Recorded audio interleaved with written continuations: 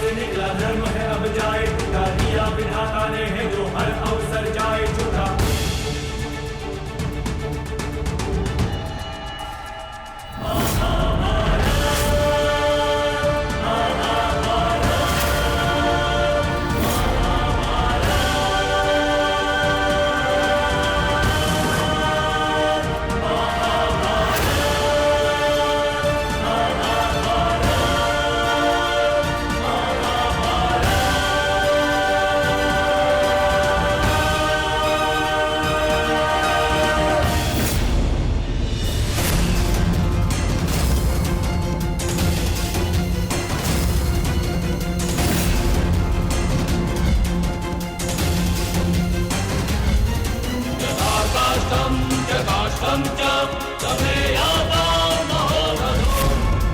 લક્ષ્ય ભેદવાનું છે.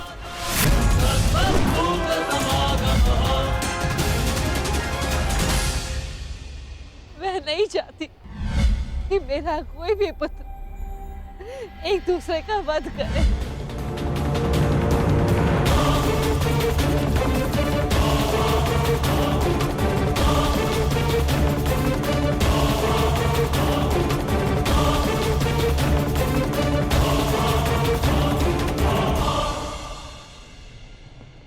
यही युद्ध की विभीषा है।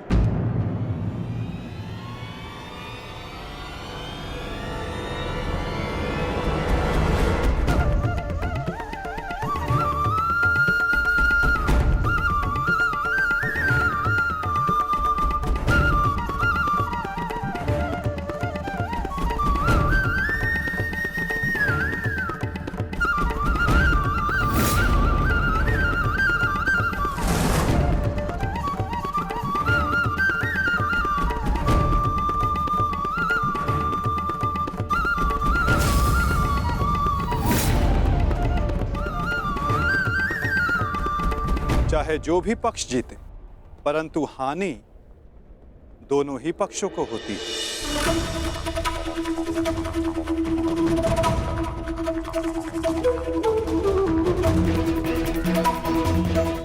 युद्ध की हानि तो उन्हें होती ही जो युद्ध में भाग लेते, और उन्हें भी होती जो युद्ध में भाग नहीं लेते।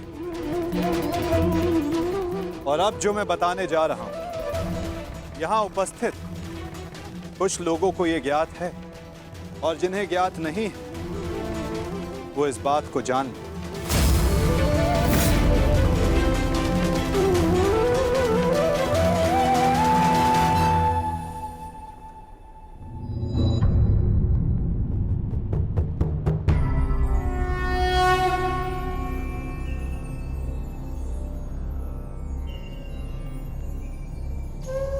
इस युद्ध के लिए ये कुरुक्षेत्र की भूमि उचित क्यों है?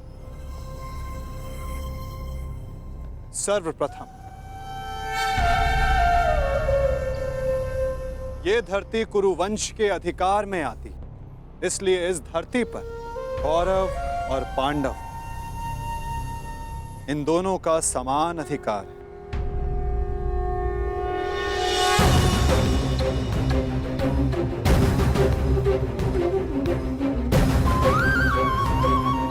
ये भूमि, ये पवित्र स्थल देव नदी सरस्वती के दक्षिण और दृश्यवाही के उत्तर दिशा में आता है। ये भूमि, ये भगवान परशुराम के यज्ञ कुंडों से घिरा हुआ है, और उन भगवान परशुराम के 3 शिष्य भी इस युद्ध में भाग ले रहे हैं। महर्षि कुरु ने बरसों तक इस भूमि को जोता और देवों से यह वरदान प्राप्त किया कि जो भी इस भूमि पर मृत्यु प्राप्त करेगा उसे मुक्ति मिलेगी, स्वर्ग मिलेगा।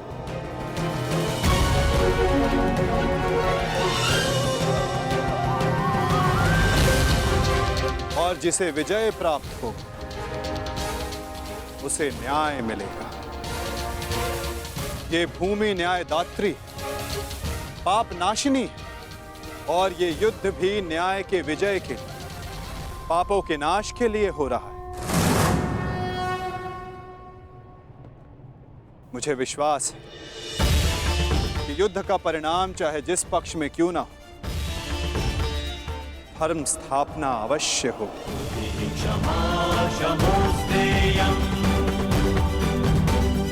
शौचमिन्द्रियनिग्रहः। आज से 1 सप्ताह के बाद युद्ध की तिथि निर्धारित हुई।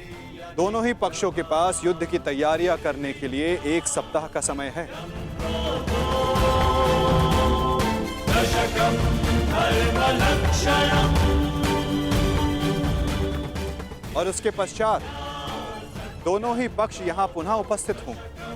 धर्मलक्षणम् दशकं धर्मलक्षणम्। युद्ध के नियम निर्धारित करेंगे, फिर आरंभ होगा महाभारत का।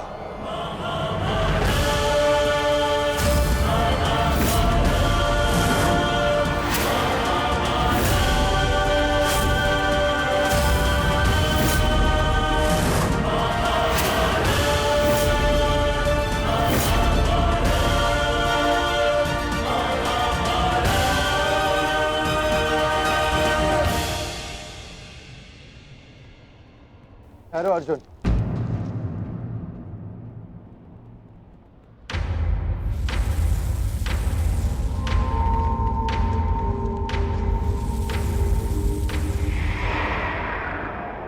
युद्ध से पहले भी आप हमारे श्रद्धेय थे, युद्ध में भी होंगे और युद्ध के पश्चात भी।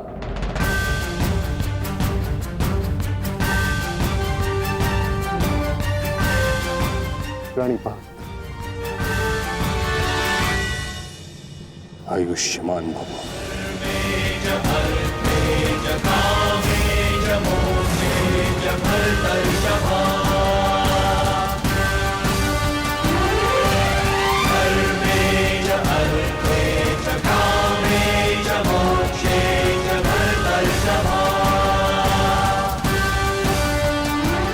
यशस्वी भव।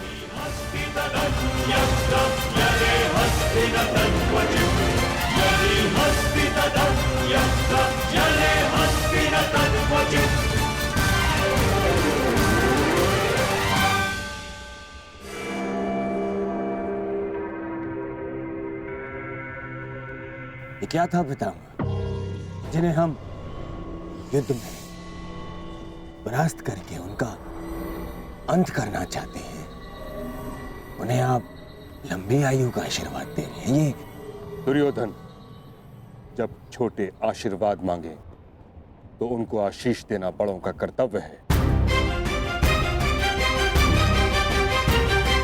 तुम यदि अपने ज्येष्ठ युधिष्ठिर से आशीर्वाद मांगोगे तो अवश्य तुम्हें आशीर्वाद देगा।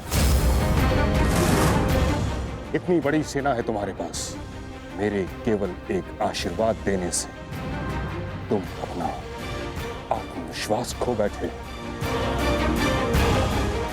तुमने जो चाहा तुम्हें मिला, वो सब कुछ तुम्हारे पास है जो तुम्हें चाहिए।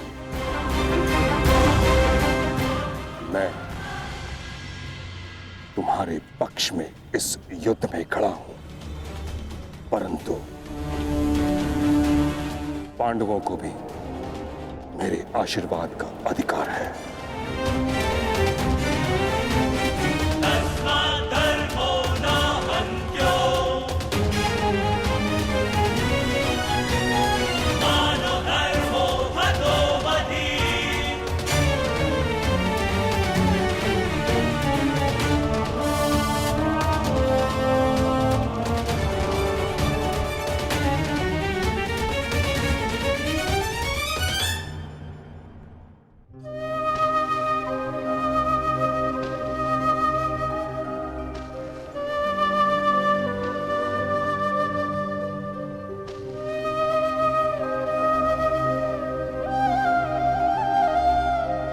माते, प्रकट होइए माते। आपका गंगा पुत्र भीष्म आपके समक्ष उपस्थित है।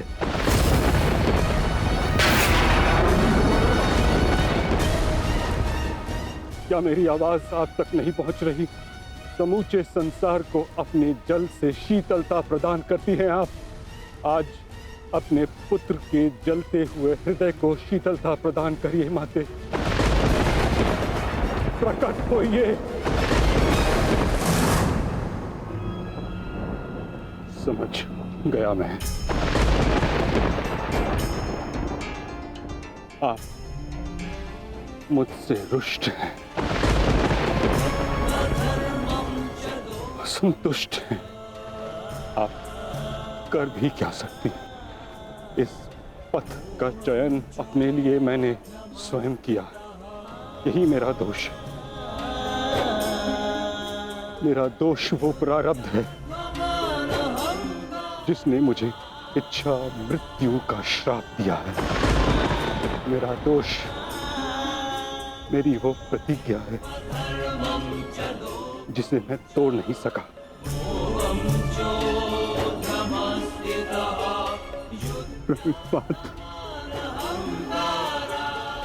आज आपका ये पुत्र आपके आशीर्वाद के बिना ही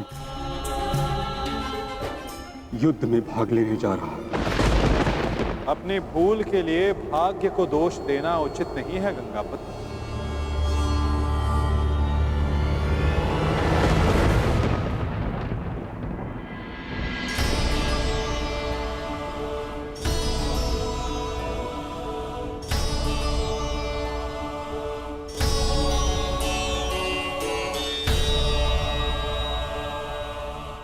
योद्धा को इस अवस्था में देखना भी तो उचित नहीं वासुदेव।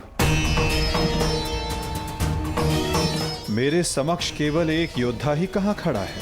मैं तो उस पुत्र को, उस पितामह को देख रहा हूं जिसकी दृष्टि में अपराध बोध है और मन में पश्चाताप की अग्नि। सत्य कहा आपने। आप एक योद्धा को नहीं, एक अभागे को देख रहे हैं। मुझसे बड़ा अभागा इस संसार में कौन होगा? एक ऐसे युद्ध में भाग लेने जा रहा हूं जहां मेरे ही वंश के लोग एक दूसरे के रक्त के प्यासे हैं। भाइयों में प्रेम की जगह प्रतिशोध है, अहंकार है। बाण किसी ओर से भी चले, छाती मेरी ही छलनी होगी। रक्त किसी का भी बहे, हृदय मेरा रोएगा। और मैं इस अनर्थ को रोकने के लिए कुछ भी नहीं कर सकता। जब आप रोक सकते थे तब आप मौन रहे गंगापुत्र।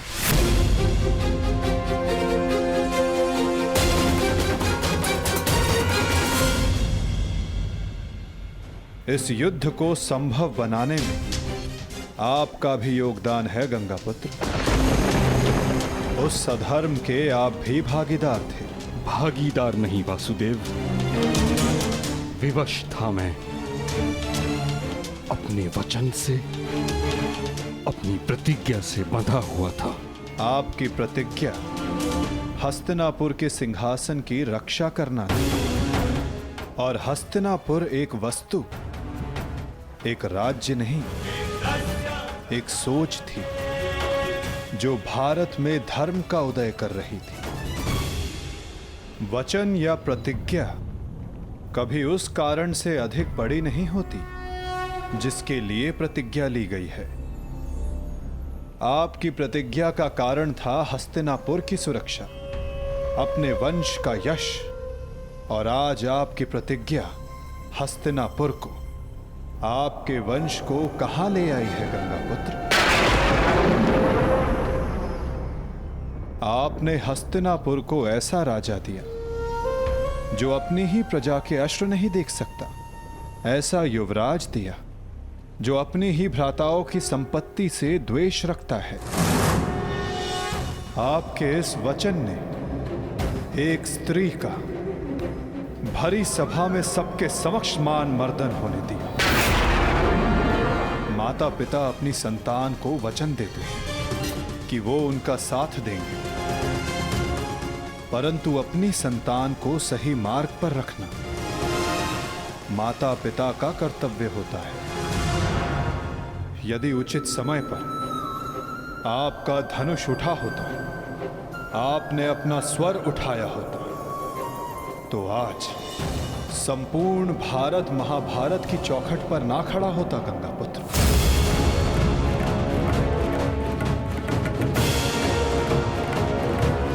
कि इस प्रतिज्ञा को पूर्ण करने के लिए कितना बड़ा मूल्य चुका रहा है ये संसार। समय आ गया है कि उस प्रतिज्ञा को तोड़ दिया जाए, क्योंकि उचित और अनुचित की परिभाषा प्रतिज्ञा से नहीं, अंतरात्मा की पुकार से बंधी होती है गंगापुत्र।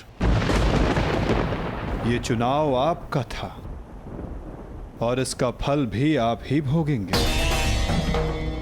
अपने चुनाव के लिए आप स्वयं उत्तरदायी हैं गंगापुत्र, ना कि आपकी प्रतिज्ञा और ना ही आपका प्रारब्ध।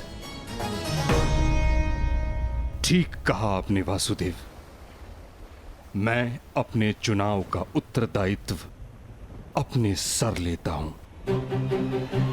मेरा चुनाव है कि मैं अपना वचन तोड़ नहीं सकता। निराशा हुई मुझे ये जानकर।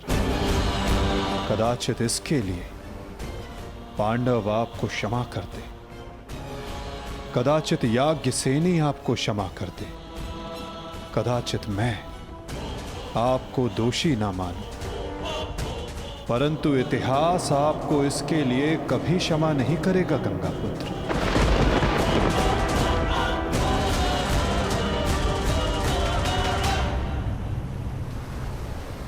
रुकिए वासुदेव, मैं नहीं चाहता कि मुझे क्षमा मिले।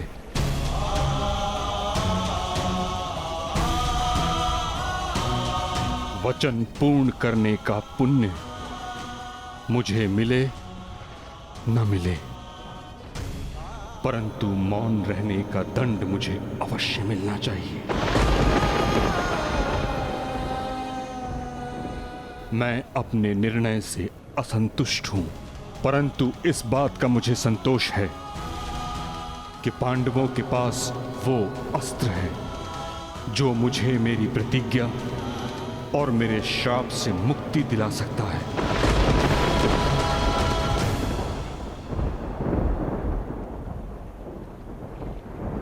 आप भली भांति जानते हैं कि मैं किसके विषय में बात कर रहा हूं, किंतु पांडवों को इसका ज्ञान नहीं। उनका मार्गदर्शन आपको करना होगा वासुदेव। भीष्म नामक समस्या का समाधान आप उनको सुझाएंगे। समाधान अपने गंतव्य तक पहुंचने को है गंगापुत्र।